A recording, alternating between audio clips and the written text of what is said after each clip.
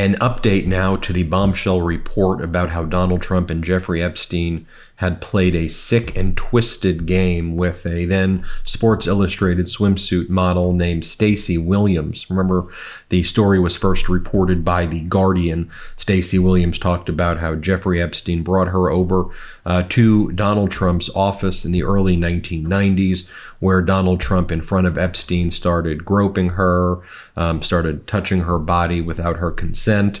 And then as she kind of left, Jeffrey Epstein berated her that she wouldn't allow Donald Trump to do more with her body.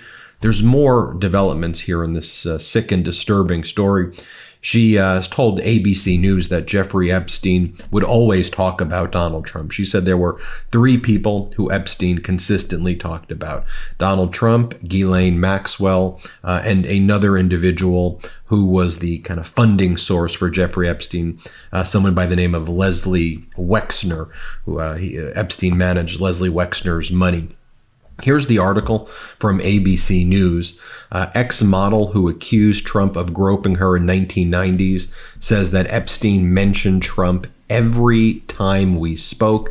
Epstein frequently talked about having just seen Donald Trump, Stacey Williams said. I want to go into that article in just a moment, but you'll remember from all of our reporting here on the MeidasTouch Network, we've never moved away from this beat. We've always been talking about it over since MeidasTouch started. We weren't going to ignore this and cover our eyes and close our ears. We've showed you deposition transcripts where Donald Trump's name is mentioned in the various Epstein lawsuits as a place where Epstein would bring victims who he trafficked to Trump properties. Like, take a look right here at this deposition transcript. One of the victims of Epstein said, as we were flying, Jeffrey said, "Why don't you go sit in the cockpit to check out the landing?"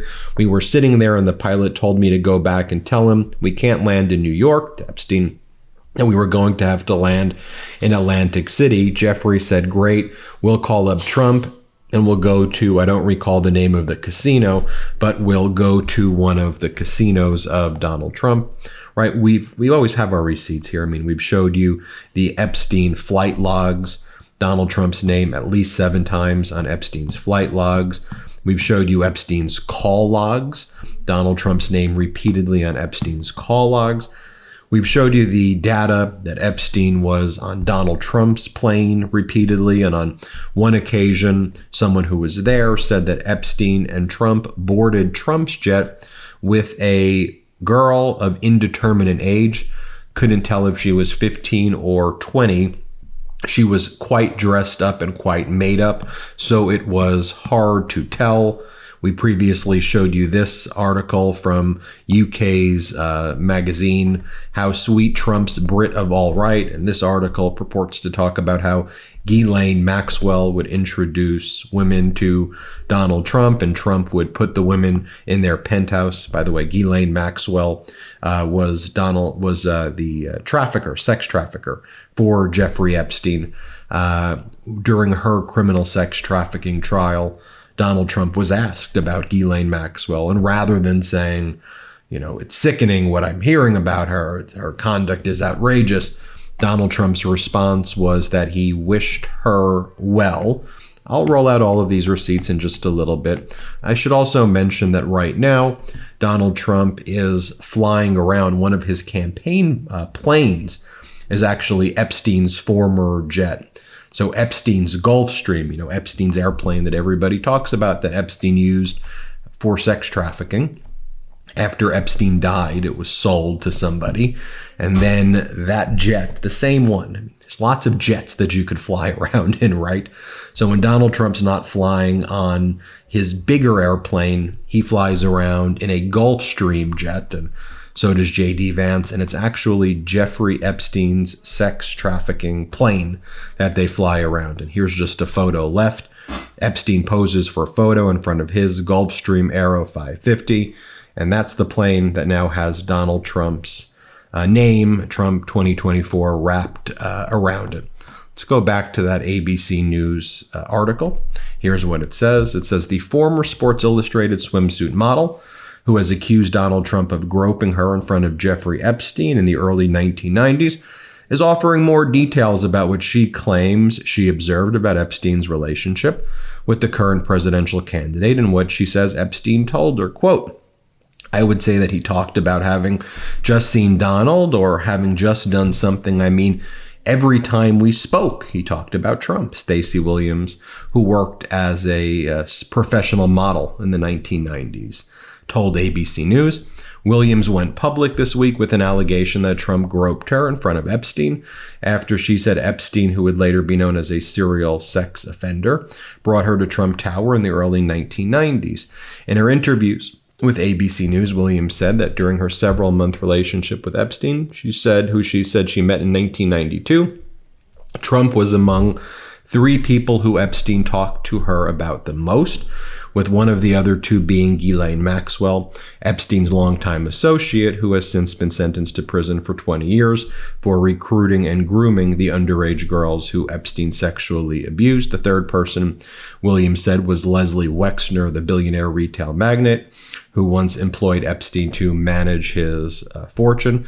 Williams told ABC News that the alleged encounter when she was 24 lasted no more than 10 minutes. I was in shock and I was frozen. He put his arms out, pulled me towards him, referring to Donald Trump.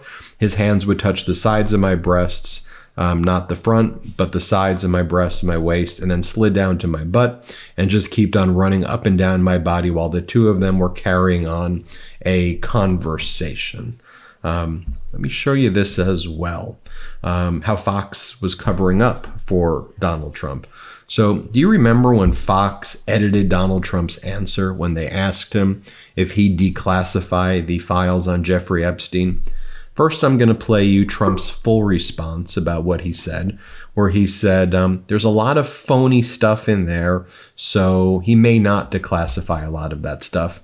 But then Fox News edited the response that aired to say, yeah, I would declassify it. Then they edited out the rest. So first, let me show you Trump's full response. Play the clip.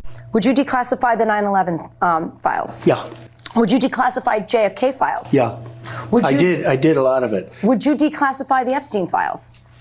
Yeah, I would. All right. I guess I would. I think that less so because, you don't know. You don't want to affect people's lives if it's phony stuff in there because there's a lot of phony stuff with that whole world. But I think I would. Then MeidasTouch reported how Fox edited the clip. Here's how Fox edited it. Let's play it. Would you declassify the 9/11 files? Yeah. Would you declassify JFK files? Yeah. I did a lot of it. Would you declassify the Epstein files? Yeah, I would. Attorney General. By the way, Donald Trump then sent a postcard after groping Stacey Williams to her that said, Stacey, you have a home away from home. Love, Donald. That's clearly in Donald Trump's handwriting right there. I told you that I would play for you the clip of Ghislaine Maxwell where Donald Trump wished her well. The sex trafficker for Epstein. Trump said, I wished her well when asked about her. Here, play the clip. Ghislaine Maxwell is in prison, and a lot of people want to know if she's going to turn in powerful people. And I know you've talked in the past about Prince Andrew, and you've criticized Bill Clinton's behavior. I'm wondering, do you feel that she's going to turn in powerful men? How do you see that working out? I don't know. I haven't really been following it too much. I just wish her well, frankly. I've met her numerous times over the years, especially since I lived in Palm Beach, and I guess they lived in Palm Beach.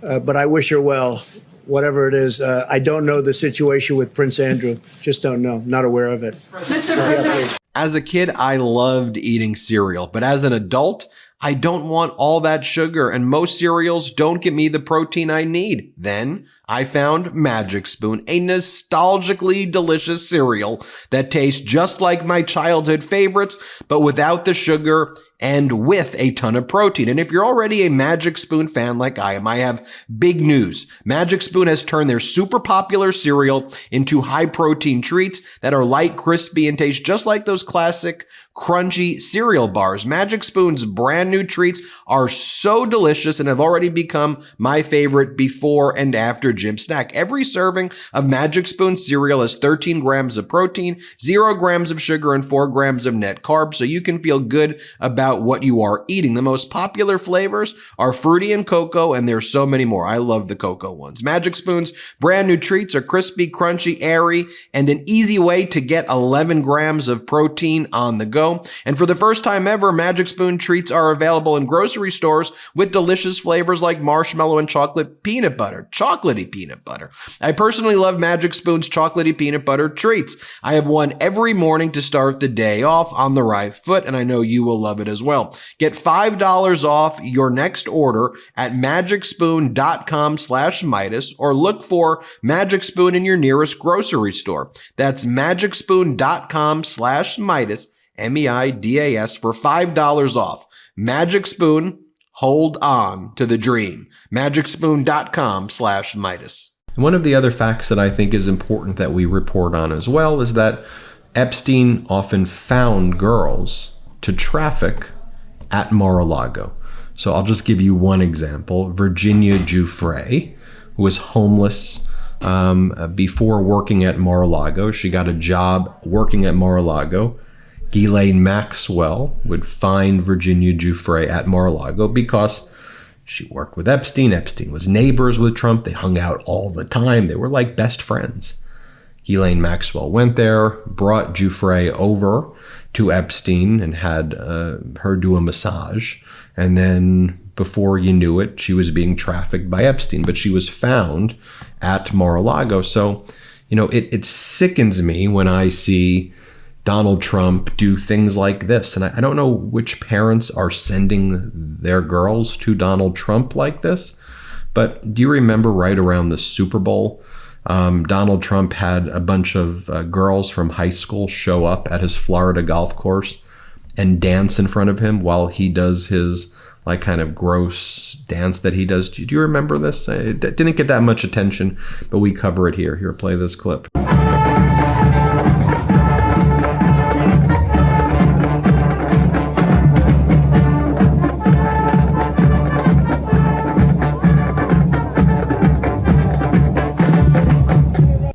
How could you send your daughters to a location like that to have that happen? It's absolutely sickening. And then I'll show you this thing as well. Remember what one of Donald Trump's jobs were? How did he use his wealth? Right? Did he in the 1990s spend his money trying to come up with new medications or build technology or just do something to benefit society? Just think about what he did with his wealth, right? He was born rich. He had all this money. So how does he spend his money?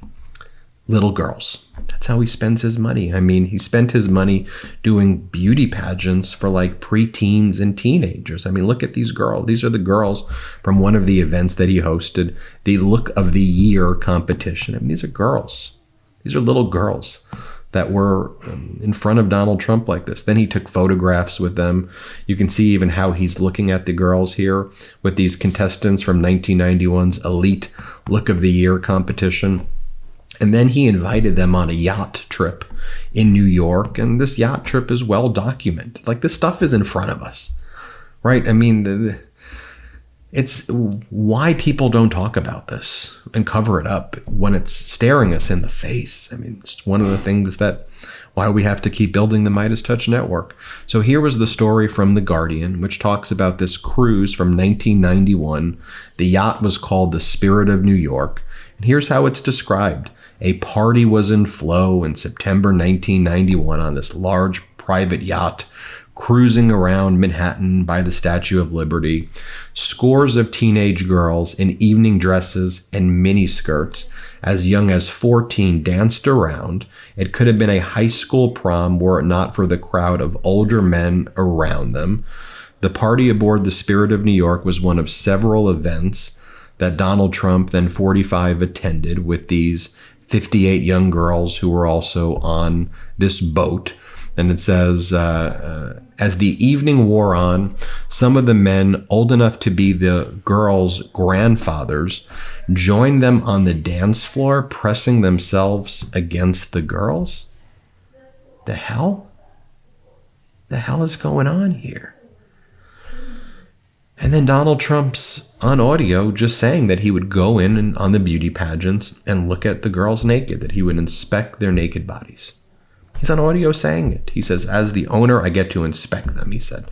Here, play this clip. On this pageant, you go over, you're meeting the girls. One of them comes up to you and says, Mr. Trump, you're a very sexy man. You're a beautiful man. You have fantastic hair. Well, you're a powerful man, right? Right? You're a powerful man. Right. I want to sleep with you. Now, you're not the type that would say no. I don't want to hurt their feelings. Right. No, but I mean, you see a beautiful woman, you want to have that. You're a guy who likes to have everything, right? Well, couldn't that be construed, however, as conflict? Yes. Well, I don't see it as a conflict. It could be a conflict of interest, but it's the kind of thing you worry about later. Oh, I see. You tend to think about the conflict a little bit later on. The question is, how can it not be construed? No, I mean, some of these foreign girls, Mr. Trump, in my country, we say hello with vagina. And well, you could also say, as the owner of the pageant, it's your obligation to do that. So you have done that. Now, I'll tell you the funniest is that I'll go backstage before a show. Yes. And everyone's getting dressed and ready and everything else. And, no men are anywhere. And I'm allowed to go in because I'm the owner of the pageant, and therefore I'm inspecting it. I'm inspecting. Right, I want to make sure that you're like everything is good. You're there. Yeah, the dress. Is everyone okay? They're standing there with no clothes. Is everybody okay? And you see these incredible looking women. And so I sort of get away with things like that. Sickening stuff. And I guess why am I showing this to you? Why am I making these connections? My hope is that if you have someone in your family who's just on the fence, who doesn't know, who's not paying attention to this election, who can do their own research on these things, my hope is that by providing you with all of this evidence, that they could do their own research and make their own judgments and assessments about him. We know, I've done other videos where he brags about calling sexually assaulting women locker room talk. We have his deposition videos where he says, unfortunately or fortunately, when you're rich, you can sexually assault women and get away with it. He was found liable for sexual assault. I mean, we know all of these things, but I think by presenting you with some of this evidence, my hope is that we all reflect that moral character is very important in this election, that integrity and moral character is important. I hope you agree with that. I really do. Hit subscribe. Let's get to 4 million subscribers together. Thank you for watching. Love this video? Make sure you stay up to date on the latest breaking news and all things Meidas by signing up to the MeidasTouch newsletter at MeidasTouch.com/newsletter.